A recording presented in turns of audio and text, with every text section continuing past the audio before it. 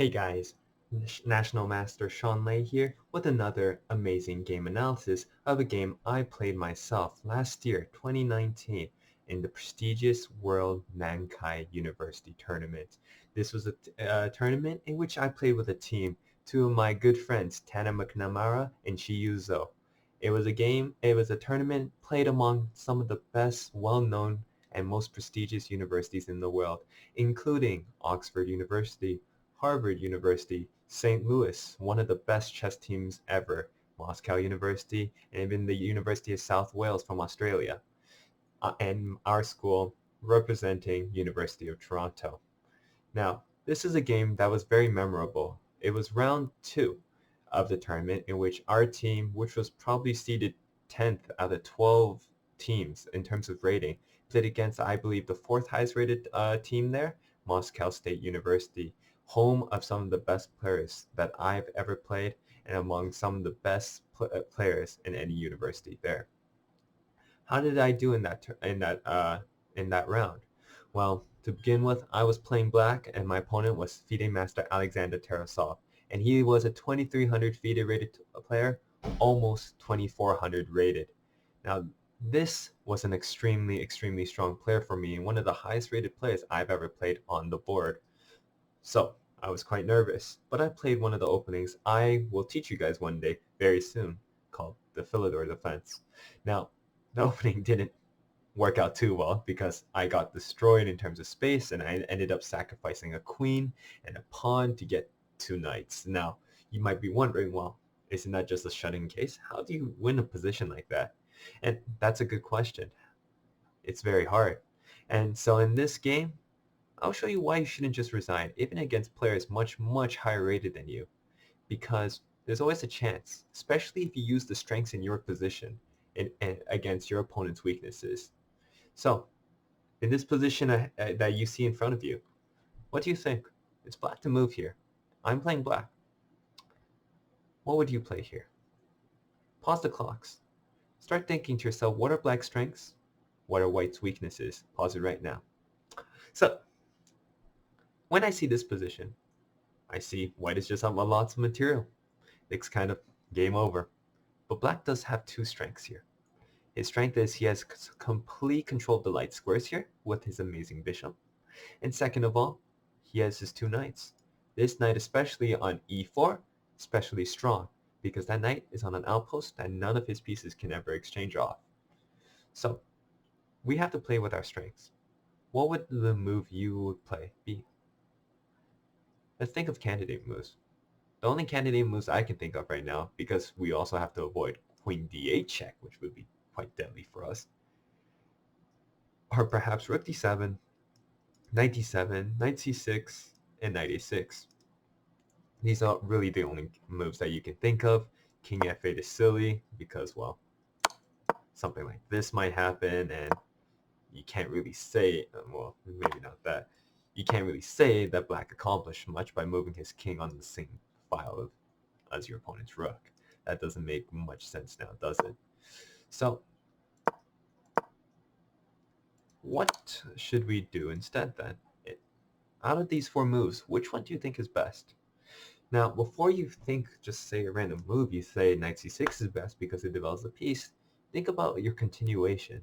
Think about your plan. If you don't have that right now, you might as well resign because your opponent's up so much material. If you're just going to develop your pieces for no reason, guess what? Game over.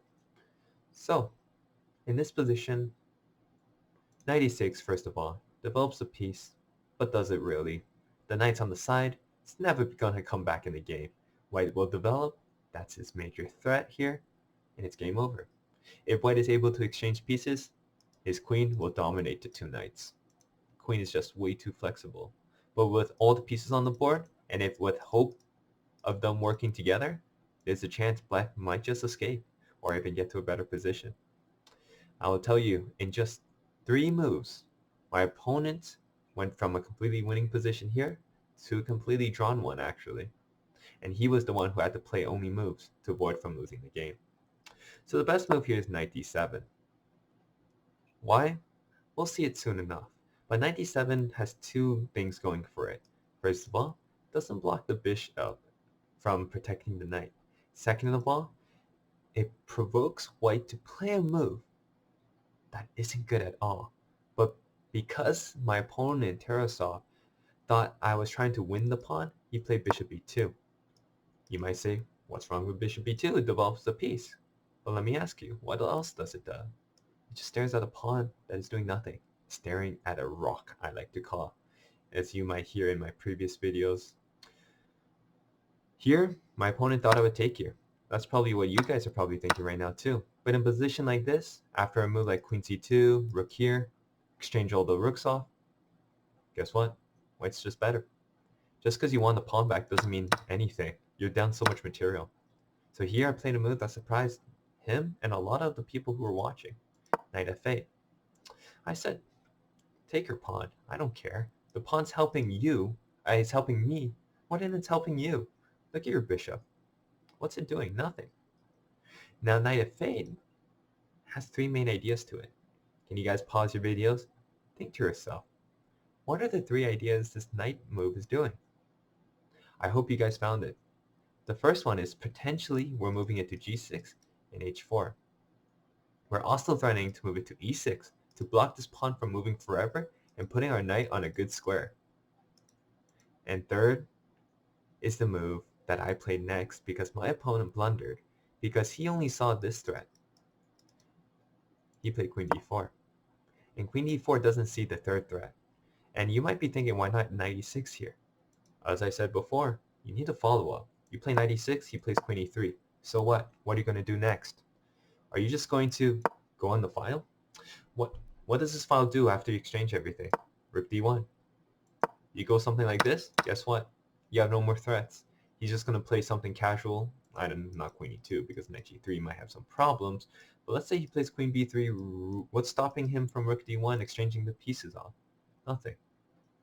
The exchanges, what did I say? It's over. You depend on your piece activity to win.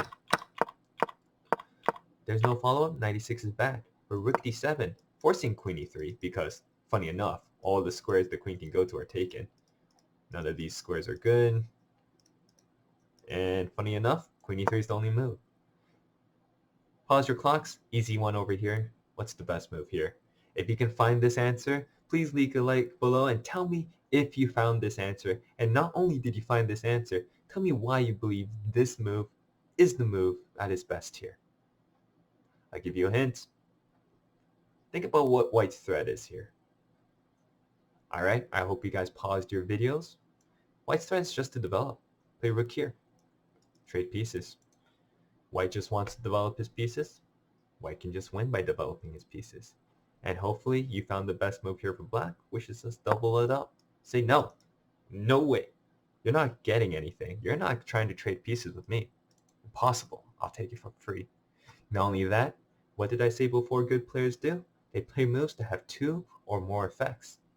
If my opponent plays rook b1, hopefully you guys calculated what this move will do. We attack the queen. Let's say queen runs all the way back home. We check him. Let's say king here. Knight double check over here. Amazing. King here. All of a sudden, checkmate. Remember when we analyzed this position earlier? We saw that one of white's weaknesses is his open king. We also saw that black's strong points was the strong knight and the strong bishop. And I also asked you guys, imagine the rook coming here.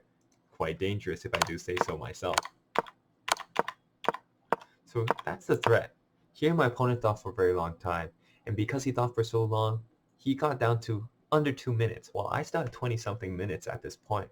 In this position, it's actually turned, the tables have turned. Black is actually all of a sudden the one threatening all these things. And if white's not the one who defends, he loses the game. Now, my opponent's strong, unfortunately for me, so he found the best move that doesn't lose the game here, and that's rook f4. You might be thinking to yourself, wait, why not here? Well, that's just a free bishop. Why not there? Well, that's a free rook. So, rook f4 is the only move. And why not just rook d3? If the queen moves, don't we have the same thing? Wrong. White would just sack his queen. In this position, completely lost for black. You're still down in exchange here. And you're still down the pawn. So do you think that's what I play? Of course not. I found the only good move here. Knight g4. I say you attack my knight, well, I guess I'll just move it. Not that difficult, right? I'm going to threaten this still. Even bigger threat, because now knight takes here comes with a check and a fork. Very strong. So you might be asking, why not rook d4? Doesn't rook d4 defend? Pause your clocks, everybody. Try to figure out why rook d4 definitely does not defend here. Hopefully you pause them. Knight f3 check, just a simple fork. My pieces are so active compared to his. Remember the strengths I told you about? Coming in over and over and over again. White's pieces are like buffoons here, stumbling over each other with no plan in sight. And if you don't have a plan, doesn't matter how much material you have, you're going to get outplayed positionally, as my opponent is here. So here he found the only move, h4.